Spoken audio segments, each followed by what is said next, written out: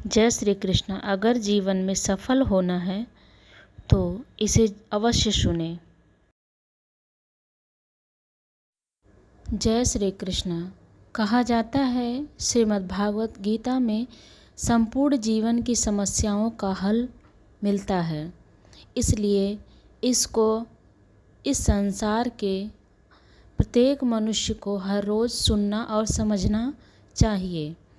श्रीमद् भागवत गीता में हमारे जीवन की अनेक समस्याओं का हल है, जिसको हम रोज़ पढ़कर सुनकर अपनी समस्याओं से निजात पा सकते हैं। इसलिए श्रीमद् भागवत गीता हमारे जीवन में हर पल बहुत ही उपयोगी है। श्रीमद् भागवत गीता में पहला उपदेश है कि जब हम किसी चीज़ को अपना मान लेते हैं, उसे अपना लेते हैं, अपना बना लेते हैं, तो उससे हमारे जीवन में कुछ समस्याएं भी आती हैं, दुख, जिसे हमें उसकी वजह से झेलना पड़ता है। इसलिए हमें किसी भी चीज़ को अगर अपना रहे हैं तो बहुत ही सोच समझकर अपनाना चाहिए।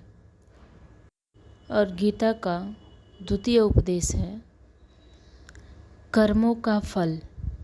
अगर हम अच्छा कर्म किए हैं तो हमें अच्छे फल मिलेंगे, और हमारे कर्म अगर बुरे हैं तो उसका फल भी हमें बुरा मिलेगा।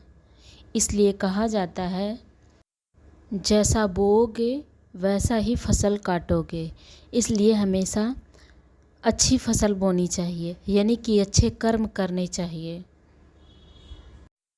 अगर जाने अनजाने कभी आपने कुछ गलत कर्म कर दिए हैं तो वो अच्छे कर्म आपको बचा लेंगे, लेकिन बुरे कर्मों का सज़ा तो मिलेगा ही। आज मिले या कल सज़ा निश्चित है, मिलना है। बस ये है कि अच्छे कर्मों की वजह से कुछ पाप कम हो जाते हैं। कहते हैं ना, इंसान चाहे कितना भी छुप कर किसी भी कोने में जाके कोई भी अगर गलत कर्म किया है तो उसकी सज़ा उसे मिलना ही है। कहा जाता है ना, भगवान के इस दुनिया में अनेक कैमरे हैं जो कोई नहीं देखता, सिर्फ भगवान के सिवा।